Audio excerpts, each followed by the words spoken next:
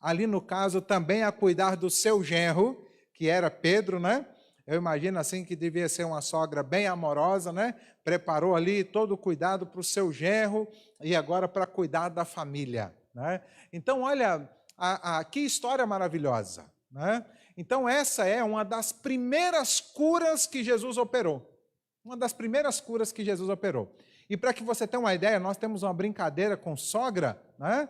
Mas para você ter uma ideia que Jesus é tão legal que ele cura até as sogras. Né? Ele cura até as sogras, que coisa maravilhosa. Ele foi realizar a cura na casa de Pedro e curou justamente a sogra, para mostrar que sogra é uma coisa boa, né, irmã Maria? É uma coisa extraordinária, uma coisa maravilhosa, tá? Então não vem com esse negócio aí de pensar de sogra, não, que Jesus gosta das sogras, viu, amigo? Tá bem? Então a gente também tem que gostar. Jesus gosta, nós também gostamos, né? Vocês estão rindo, né? Vou falar que você está rindo, não, viu, Valdeir? Porque sua sogra pode estar acompanhando lá, depois você vai ficar mal, tá bem? Então, queridos, apesar que a gente tem muito essa brincadeira, falar sobre essa questão aqui, mas você percebe essa atenção de Jesus. Mas eu quero olhar para você no aspecto da enfermidade. No aspecto da enfermidade. O pastor falou ainda há pouco, né? Nós estamos vivendo dias onde dificilmente nós entramos em uma casa sem que alguém esteja doente. Nós estamos vivendo dias difíceis, dias complicados, e a enfermidade, ela chega até os nossos lares. Ela chega até a nossa casa e ela entra sem pedir licença. Ela não bate, não pergunta, olha, e aí, hoje eu posso entrar, como que está? Você está bem, o teu organismo, seu sistema imunológico? De repente, você está tudo bem e quando você menos espera, a enfermidade bate na sua porta. Quando eles chegaram, e você vai acompanhar em um relato no livro chamado Desejado de Todas as Nações, diz que aquele dia havia sido conturbado para Jesus. Havia sido um dia difícil, ele havia estado ali, como a gente está vendo aqui, ele havia estado na sinagoga, as pessoas haviam criticado, as pessoas estavam ali aglomerando sobre ele, porque ele estava começando o seu ministério, e ele vai para a casa de Pedro para procurar um descanso, um sossego. E eu vou dizer uma coisa para você, né? A casa da sogra é um lugar onde a gente aprende a sossegar. Deixa eu contar um segredo aqui para vocês. Eu tenho 2 casas, quer dizer, eu tinha, fora a minha, né? Aonde eu chego, eu tenho, isso é coisa minha, tá? Eu até costumo brincar, né? Cada doido com a sua mania, né? Mas às vezes eu chego, vou visitar os lares e as pessoas são tão amáveis, né? E às vezes eu chego e quando eu peço água, a pessoa, na forma tão amável, diz assim, pastor, vai lá, você mesmo pega, abre a geladeira. Queridos, eu não sei, isso é coisa, não sei, assim, minha, eu confesso que eu tenho dificuldade. Quando é aquele bebedouro, até que eu não acho tão difícil. Mas abrir a geladeira da casa de alguém, na minha concepção, eu acho assim que é uma coisa de muita intimidade. Eu não sei porquê. Né? Essa é coisa da minha mente. Eu não sei se, talvez, quem sabe, na minha infância, lá minha mãe ficava brigando para a gente não ficar abrindo a geladeira. Eu não sei. Eu sei que, para mim, chegar na casa de alguém e ter, se você falar assim, olha, para alcançar um nível de eu imaginar o seguinte, olha, eu sou muito próximo dessa pessoa, é quando eu estou abrindo a geladeira. E eu confesso aqui para vocês que era na casa da minha mãe, fora a minha casa, que eu chegava e já ia lá abrir a geladeira para procurar doce, né? Que é uma coisa que eu sei que não faz muito bem, mas é uma coisa que eu gosto, e a Aline ainda ajuda, faz aquele negócio gostoso lá, o brown é isso, né?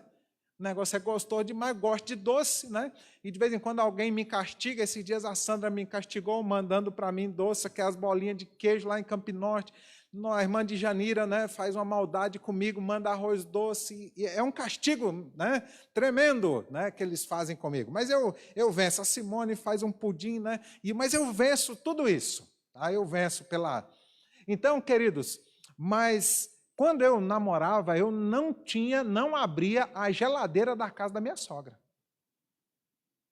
E quando eu estava com muita sede, eu falava para minha esposa, olha, eu estou com sede. E ela ficava brava comigo, vai lá e você mesmo pega a água. Eu falava, mas não dá, abria a geladeira, né? Aquela coisa assim, não sei, né? Eu me sentia meio travado e sempre ela ia lá e pegava para mim. Mas agora, depois de 21 anos de casado, eu chego lá, abro a geladeira e ela fica brava, tem vez. Porque às vezes ela guarda algum doce lá, alguma coisa, né? E quando ela chega, já era. Aí ela já sabe, viu, Lailton? Ela fala assim, foi o Ideraldo, porque ela sabe que eu vou lá e eu não tenho esse negócio de perguntar se tem dono, né? Mas é lá na casa da minha sogra, tá bem? Porque para mim agora é a extensão da minha casa. Muito provavelmente a sogra de Pedro, ela morava com ele ali. Era muito comum naqueles dias a família morar junta. Então as casas geralmente eram feitas em forma de andares, né, aonde as pessoas elas moravam ali, então era muito comum as famílias estarem juntas ali. Então Jesus vai para aquela casa para descansar. Só que quando ele chega naquela casa, ali estava alguém enfermo. Deixa eu dizer uma coisa para você. Eu queria que você guardasse já essa primeira mensagem no teu coração. Isso aqui, olha. Jesus nunca está cansado. Jesus, Deus, nunca está fadigado, que Ele não tenha tempo para cuidar de você. Entendeu? Deus não se cansa, a palavra diz que Ele não se fadiga. Então, sempre que você precisar, sempre que você clamar, Ele vai ao teu socorro, Ele vai ao teu auxílio, Ele vai curar a tua ferida.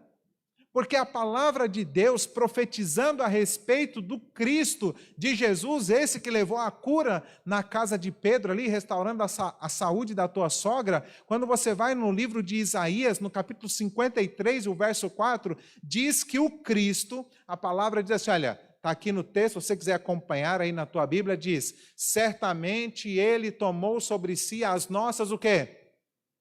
Enfermidades.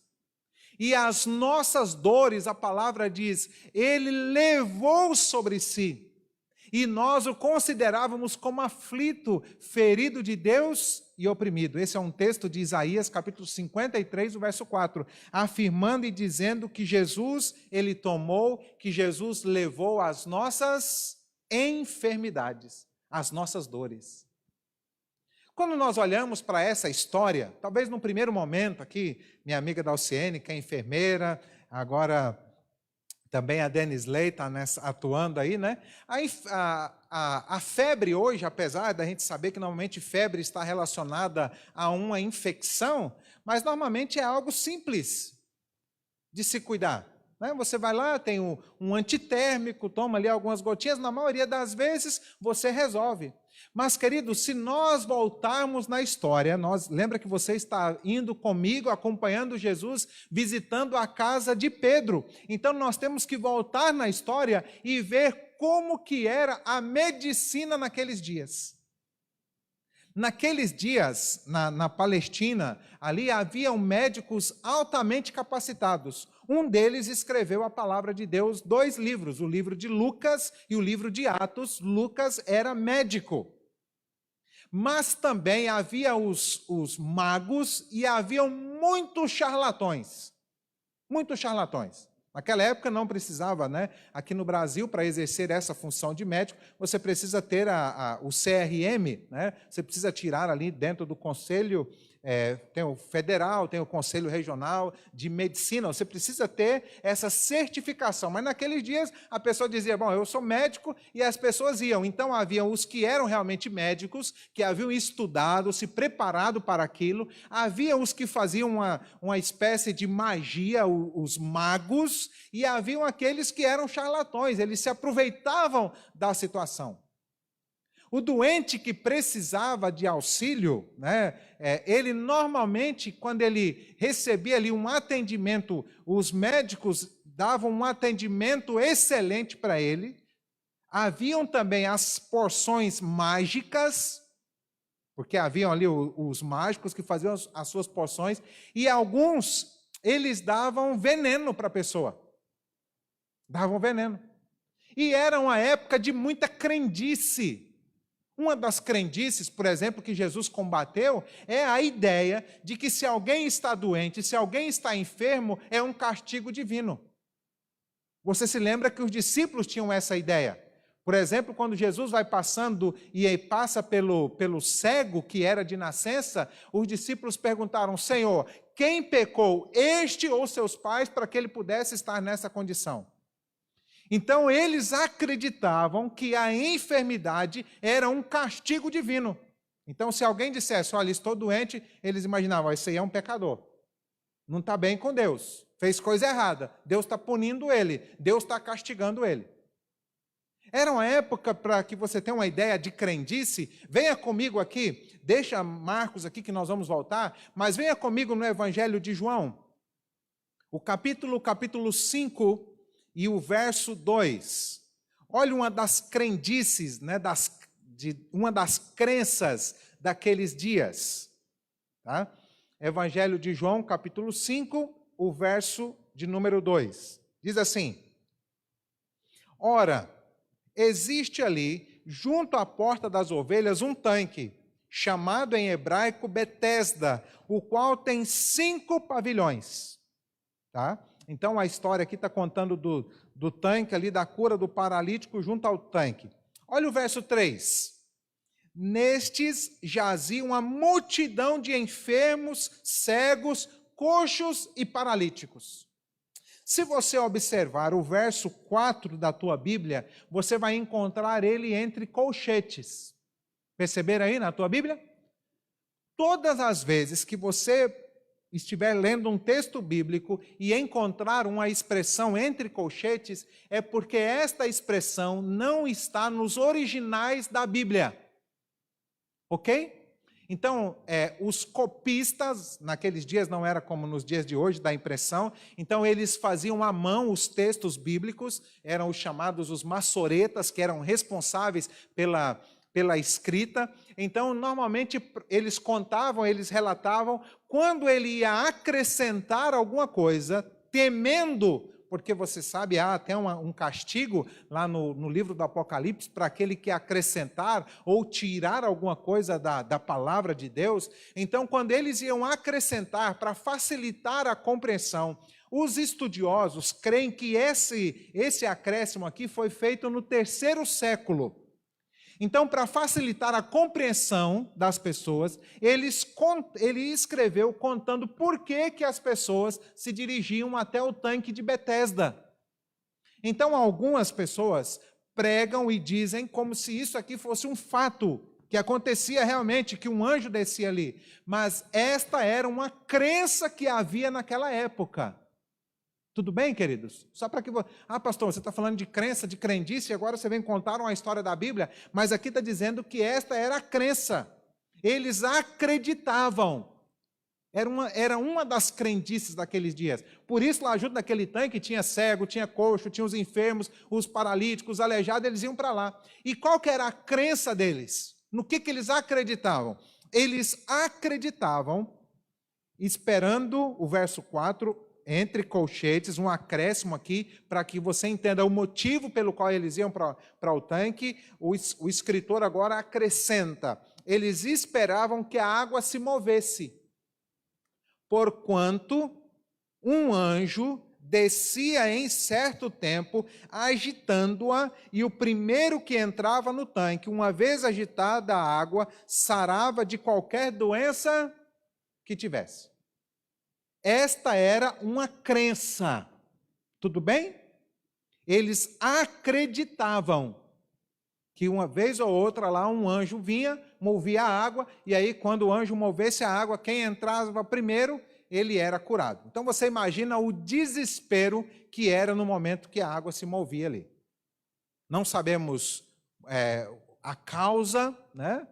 Não sabemos a razão, cremos que muitos eram curados ali única e exclusivamente pela fé, né? Mas eles acreditavam dessa maneira. Então era uma corrida desesperada. Esse homem paralítico que Jesus encontra aqui, por exemplo, ele está há 38 anos ali esperando para que ele pudesse entrar no momento que a água fosse agitada. Então imagina como era difícil naqueles dias. Um outro exemplo bíblico que você conhece bem é a história da mulher com fluxo, que está, vamos voltar lá? Evangelho de Marcos, lembra que eu disse que nós não podíamos fugir de Marcos, que ele é o nosso companheiro aqui esta noite, ele que vai nos levar aqui, ele que vai nos acompanhar. Evangelho de Marcos, capítulo 5, agora um pouco mais adiante, você vai acompanhar a mulher que sofria de hemorragia, então ela sangrava sem parar, pelo menos a palavra diz que pelo menos há 12 anos, ela sofria com aquele fluxo de sangue. E quando você vai na Bíblia, o Evangelho de Marcos, capítulo 5, verso 26, lembra que eu falei sobre os médicos? Olha aqui o que acontecia. Diz assim, e muito padecera a mão de quantos? De vários médicos. E eles não tinham dó, não. A palavra diz o seguinte, ela havia gasto ou despendido tudo quanto possuía. Os médicos tiraram tudo dela. Ela vendeu, quem sabe, a sua casa, vendeu a sua propriedade, a herança da família, ela gastou tudo. Mas a história diz que não resolveu nada, não adiantou de nada. Porque os honorários médicos eram caríssimos. Mas a palavra ainda diz o seguinte, que ela ia lá no médico e a situação dela melhorava? Piorava cada vez mais. Cada vez mais. Então, queridos, algumas pessoas, elas apreciavam os médicos. Mas os médicos também, naqueles dias, eles eram considerados, alguns deles achavam que os médicos eram os piores criminosos da terra. Havia, por exemplo, pelo menos 2 pensamentos ali, rabinos, tá? Um deles dizia o seguinte, jamais more em uma cidade onde um médico governa. Olha a ideia, para que você tenha uma ideia, para que você compreenda o que nós estamos... Jamais more em uma cidade onde um médico governa. Um outro pensamento dizia assim, olha, todos os médicos, até os melhores, mereciam o quê? O inferno. Porque as pessoas iam lá, gastavam tudo, perdiam tudo e não eram curadas. Então nós estamos voltando nesse tempo aqui. E quando alguém estava com febre, que era o caso da sogra de Pedro, qual era normalmente o tratamento que se fazia? O tratamento mais comum para alguém com febre nos dias de Cristo era a sangria. Então eles realizavam um corte em uma parte do corpo ali do paciente, do doente ali, do enfermo, eles realizavam ali um corte e eles permitiam que o sangue saísse. E na ideia, então, o sangue enfermo iria sair e a pessoa ficaria curada. Era muito comum, quando você vai estudar na história, era muito comum pessoas morrerem esgotadas. Então ela perdia tanto sangue que ela acabava morrendo durante esse processo de sangria, tá? Então, em alguns casos, o paciente vinha a óbito para tentar curar uma febre. Havia as receitas, né? Podemos assim dizer, a receita médica. Olha aqui uma delas, para você tratar da febre, se você tivesse com febre lá no tempo de Cristo, viu, irmão Sebastião? Então, para você curar a febre, o médico passava uma das receitas, era o seguinte, você ia pegar 7 lascas de 7 palmeiras. Você ia pegar 7 raspas de madeira de 7 pranchas. Você ia pegar 7 pregos de 7 pontes. 7 punhados de cinza de 7 fogões. E 7 pelos de cachorro velho. Não podia ser cachorrinho novo, não. Aí pegava tudo isso, minha amiga Denise Lei, que agora é enfermeira, pegava tudo isso, colocava dentro de um saquinho, amarrava isso em volta do pescoço com um barbante branco, para que você pudesse ser curado da febre. Sabe o que eu fiquei, quando eu estava preparando isso aqui, eu fiquei lembrando quando eu era adolescente, eu creio que muitos de vocês passaram por isso, os que não passaram, né? A gente nascia, nem sei de onde vem aquilo, né? As verrugas, né? E me falaram tanta coisa, eu tentava de tudo para acabar com as verrugas. E eu me lembro, me ensinaram a usar leite de mandioca, e um dia, eu não sei quem me ensinou, que era para mim usar xixi de cadela. tá? Tinha que ser a urina, mas tinha que ser de uma cadela, não podia ser do... E aí eu lembro do trabalho que me deu para conseguir coletar esse remédio, para colocar em cima da verruga. Mas não adiantou nada, tá? Vocês estão rindo, mas... Então, assim, olha, vocês, alguns sabem que tem muito essas crendices. Então, esse tipo de tratamento era comum naqueles dias. Imagina o desespero que era para conseguir o medicamento para promover a cura. Então, você agora começa a entender, queridos, a diferença que faz a presença de quem? De Jesus. Você está entendendo? Aquela família, se não fosse Jesus, muito provavelmente eles perderiam tudo. Muito provavelmente, se não fosse Jesus, aquela mulher, que a Bíblia não cita o nome dela, mas aquela mulher muito provavelmente perderia a sua vida. Aquela família, se não fosse Jesus, eles estariam chorando ali diante do corpo daquela ente querida. Mas, queridos, Jesus se dirigiu até aquela casa. Jesus se dirigiu até aquele lar. E a história diz que ele retirou-se para a casa de Pedro para repousar um pouco, mas ali havia uma sombra, havia uma escuridão. A mãe da esposa de Pedro estava enferma e ela tinha pressa, porque a palavra diz que ela tinha muita febre. E tem um aspecto aqui que é interessante, porque o relato diz que Jesus repreendeu aquela enfermidade. E ela agora ergueu-se, atendeu às necessidades de Jesus e também dos seus discípulos. Como eu disse no início, a dor, a enfermidade física, a enfermidade emocional, a enfermidade mental, ela não escolhe família, ela não escolhe pessoas, ela simplesmente ataca, ela simplesmente entra. E o que é interessante na cura que Jesus promove, que não é uma cura gradual, ela não vai melhorando aos poucos. Ela não vai devagarzinho se recuperando. A história diz que no momento que Jesus tocou nela, que Jesus tomou pela mão, ela se levantou. Porque quando Jesus realiza a cura, quando Jesus realiza o milagre, quando Ele repreende o mal, Ele faz de maneira completa. Ele faz de maneira completa. Amados, guarde mais isso no teu coração. Jesus não realiza milagres pela metade. Jesus não nos deixa mais ou menos. Deus não opera meio milagre na nossa vida. Esses dias me perdoem eu usar isso aqui, a quem está em casa também, mas esse dia eu estava vendo um pregador na TV, e ele dizia para uma pessoa agora, ele dizia, fez uma oração lá e dizia que a pessoa estava curada, a pessoa estava numa cadeira ali de rodas, e ele disse para ela, agora levanta e anda, e aquela pessoa veio assim, torta e tentando andar, e alguém tentando amparar e segurar, e ele dizendo para a pessoa que estava curada, e eu falei, gente, mas Deus não faz esse tipo de milagre. Não é esse tipo de cura que Deus promove. A cura que Deus promove, quer seja ela física, quer seja ela emocional, quer seja ela espiritual, quando Deus nos cura, quando Deus nos restaura, quando Ele entra na nossa casa e realiza a cura, Ele faz de maneira o quê? Completa, total, não é parcial. Quando Ele cura o nosso relacionamento, Ele cura de maneira completa, Ele cura de maneira total.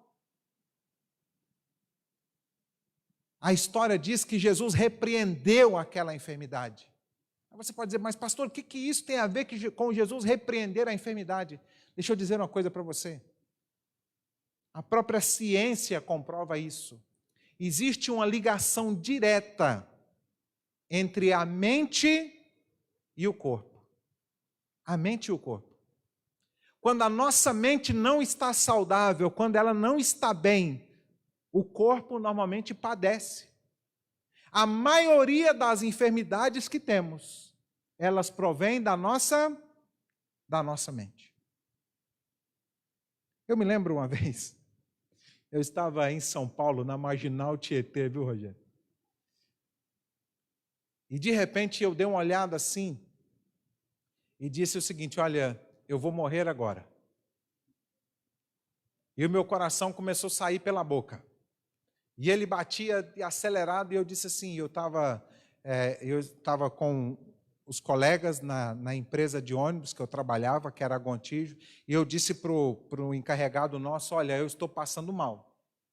Eu preciso ir para um hospital agora. Só que eu olhava para a Marginal e eu não via saída.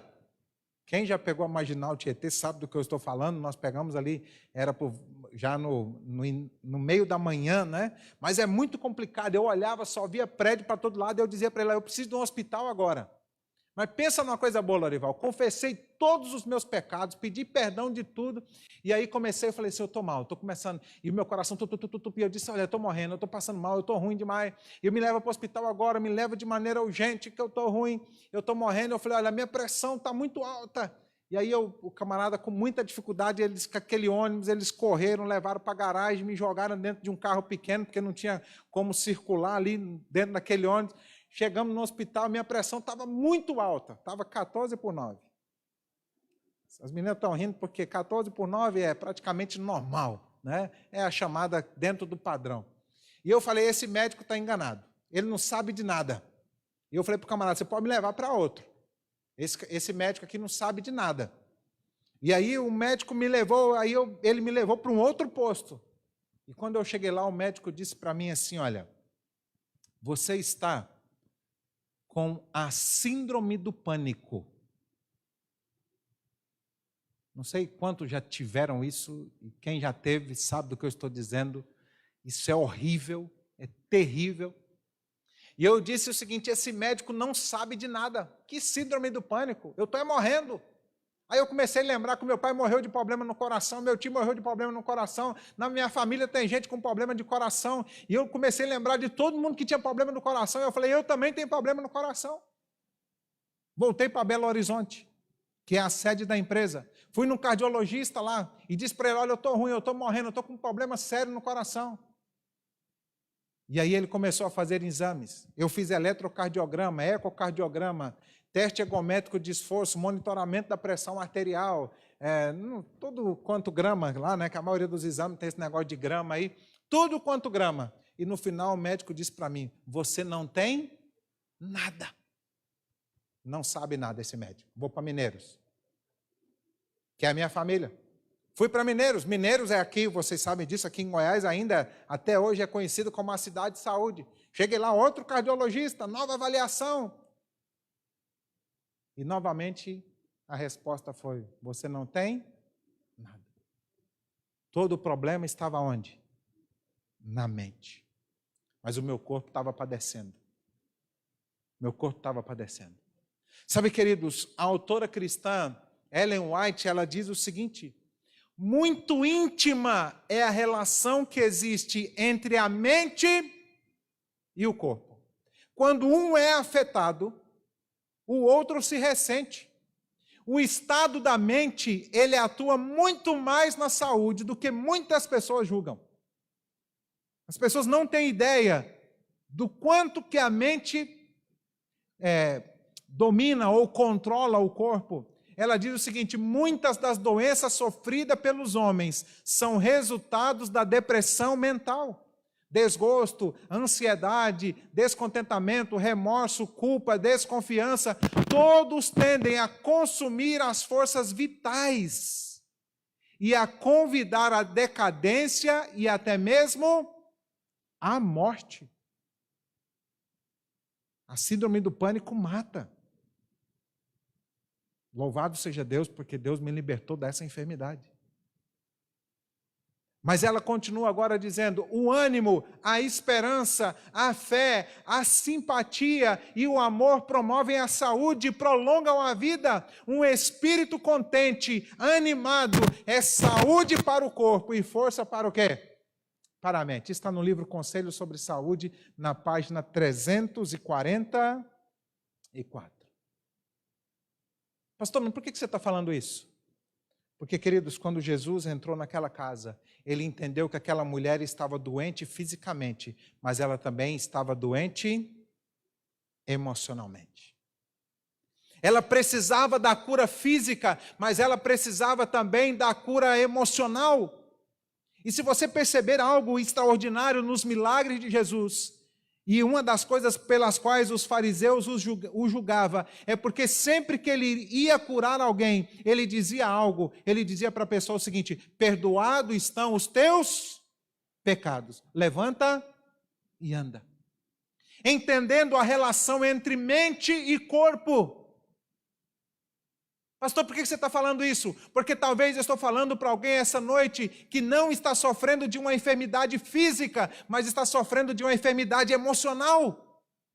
Talvez você está passando por uma luta e a tua luta é mental. Outra relação é a questão da nossa espiritualidade. Amados, quando nós não estamos bem espiritualmente, quando nós não estamos em paz com Deus, nós não conseguiremos ter saúde plena. Então nós precisamos estar bem fisicamente, nós precisamos estar bem emocionalmente e nós precisamos estar bem espiritualmente. E eu colocaria uma quarta enfermidade que tem assolado os nossos dias, de maneira muito especial os lares, que é os relacionamentos. Quando os relacionamentos estão doentes, quando o relacionamento entre esposo e esposa está doente, quando o relacionamento entre pais e filhos está doente, quando o relacionamento entre irmãos está doente, quando o relacionamento está doente, queridos, nós não conseguimos estar bem. Nós não conseguimos plena saúde física, nós não conseguimos plena saúde emocional, nós não conseguimos plena saúde espiritual. Aí você vai dizer: pastor, mas você está falando de problema. Não, queridos, eu estou falando para você esta noite que Jesus Cristo, Ele quer entrar dentro do teu lar, Ele quer entrar na tua casa e Ele quer levar saúde para você e para a tua família. Ele quer curar você emocionalmente, Ele quer curar você espiritualmente, Ele quer curar você fisicamente, Ele quer restaurar a tua vida. Pastor, e se a cura física eu não alcançar? Ah, queridos, não se preocupe. Se a cura física não vier, mas você que tiver que descansar, você pode ter a certeza, você vai descansar em paz e na certeza de que um dia Jesus irá te levantar. Como pastor, já visitei várias pessoas no leito de morte. E algumas delas eu me lembro de uma situação especial.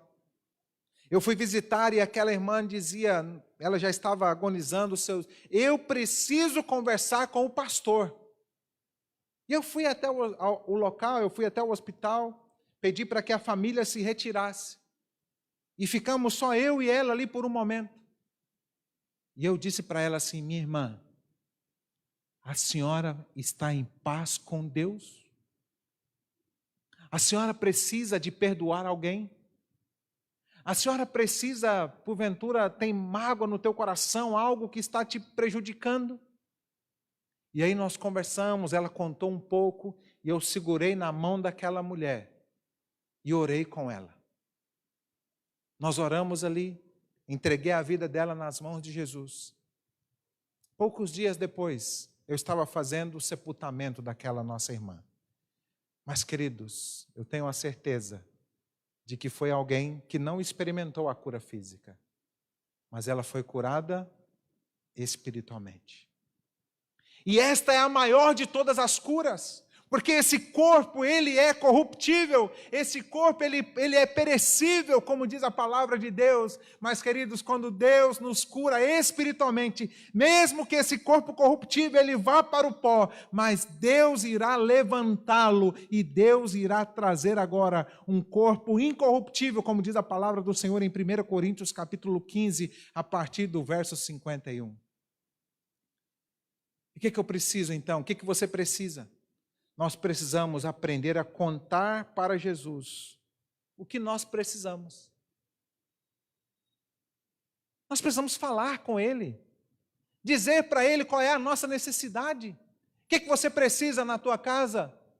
O que você precisa no teu lar? Qual é a necessidade de cura na tua família? É necessidade de cura física? Fale para Deus, peça para Ele. Ou quem sabe lá na tua casa você precisa de cura emocional? Peça para Ele. Quem sabe o teu lar precisa ser curado espiritualmente? Clame ao Senhor. Quem sabe o teu lar precisa de restauração, de cura nos relacionamentos? Peça isso a Deus. Deus em Cristo Jesus está desejoso de entrar na tua casa, está desejoso de entrar no teu lar e levar a cura. Mas lembre-se, e eu vou bater nessa tecla todas as noites de domingo que nós estivermos juntos. A fechadura da casa fica apenas pelo lado de dentro. Deus não vai arrombar o teu lar. Deus não vai invadir a tua casa. Você precisa convidá-lo para que ele possa entrar. Você precisa permitir que Jesus entre na sua casa. Querido, se Jesus não tivesse entrado na casa de Pedro naquele dia, aquela casa, em vez de uma casa de alegria, como se tornou, porque eles agora foram para a mesa, eu costumo brincar que ninguém come chorando. Normalmente comer é um momento de alegria. Naquela casa agora, depois que aquela mulher foi curada, eles foram servir a Jesus, e eles foram comer, e eles foram se alegrar, e eles foram sorrir. Mas qual foi a diferença? Jesus entrou naquela casa. O que está acontecendo na tua casa? De qual tipo de cura você precisa no teu lar? Qual é a necessidade da tua família? Você precisa de cura física? Você precisa de cura emocional? Você precisa de cura espiritual? Você precisa de cura nos relacionamentos? Deixa eu te dizer uma coisa para você esta noite. Jesus, Ele pode e Ele quer levar cura para o teu lar. Tudo que você precisa fazer é pedir. Por isso eu deixei uma oração aqui para nós fazermos juntos. Você consegue ler aqui? Mire, se você quiser deixar só o slide para o pessoal em casa poder acompanhar a leitura, você vai ler junto comigo. Eu vou até tirar o microfone para nós lermos juntos. Vamos fazer esta oração juntos aqui? Senhor Deus, eu te peço que entres em minha casa e que assim como Jesus operou a cura na casa de Pedro, que o Senhor traga a cura para todos os males que sofremos, físicos, emocionais, espirituais, relacionais. Venha até o meu lar. Eu peço em nome de Jesus. Amém. Amém, queridos. É só isso. Você só precisa pedir. E Jesus vai entrar na tua casa, no teu lar. Nós oramos aqui agora. E eu vou orar com você agora antes de você voltar para casa. Só que quando você chegar na tua casa, você vai orar mais uma vez. A hora que você for entrando, você vai pedir, Senhor, entre comigo agora aqui na minha casa. Você que já está acompanhando, você está em casa, né? Você vai pedir aí agora, Senhor, entra aqui na minha casa, entra aqui no meu lar. Traga a cura que eu preciso, traga a cura que a minha família precisa. Eu quero te convidar a ficar em pé, você que aqui está. Você que está na tua casa, você que está no teu lar, fecha os teus olhos junto conosco aqui. Nós vamos orar e você vai se unir a nós nesta oração. Querido e bom Deus, obrigado, porque quando Jesus, o teu Filho amado, veio a esse mundo, Ele adentrou nos lares e cada lar que Ele entrou, Ele trouxe uma bênção especial. Nesta noite nós aprendemos que ao entrar na casa de Pedro, Ele trouxe a bênção da cura. Por isso, Pai, nós oramos para que o Senhor cure a nossa casa, cure o nosso lar, Senhor. Entre na nossa casa, faça morada. Pai, muitos dos teus filhos precisam de cura física. Por favor, Senhor, restaure-os fisicamente. Alguns necessitam de cura emocional. Por favor, Senhor, entre na mente, trabalhe para que a cura emocional alcance esta casa, alcance este lar. Outros, ó Deus, precisam de cura nos relacionamentos. Quem sabe um esposo com a esposa, uma mãe com o seu filho, com a sua filha. Quem sabe uma avó com o seu neto, um tio com o seu sobrinho. Eu não sei qual é a necessidade, eu não sei, mas o Senhor conhece, o Senhor sabe. Por favor, Deus, realize esse milagre, realize essa cura nesse lar, na vida dessa família. Ó Deus, mas todos nós precisamos de uma cura especial, que é a cura espiritual. Esta é a nossa maior necessidade. Por favor, Deus, entre na nossa casa, entre no nosso lar e nos restaure espiritualmente. Para que nós possamos dizer como Josué, nós e a nossa casa servimos ao Senhor. Eu entrego a minha vida, a vida da minha família, a vida de cada um dos lares aqui desta igreja, de cada lar que está representado agora neste momento, acompanhando esta mensagem, que o Senhor entre neste lar e traga a cura que tanto precisamos. Nós oramos e pedimos, no nome doce e precioso de Jesus. Amém. Amém. Louvado seja o Senhor. No nosso próximo encontro, nós vamos aprender mais um dos grandes milagres de Jesus, tá bem? Você pode continuar acompanhando aí, nós vamos disponibilizar o vídeo do pastor Rafael, iremos disponibilizar as imagens para que você possa curtir, possa comentar, possa compartilhar e para que nós continuemos a receber as ricas bênçãos de Deus em nosso lar.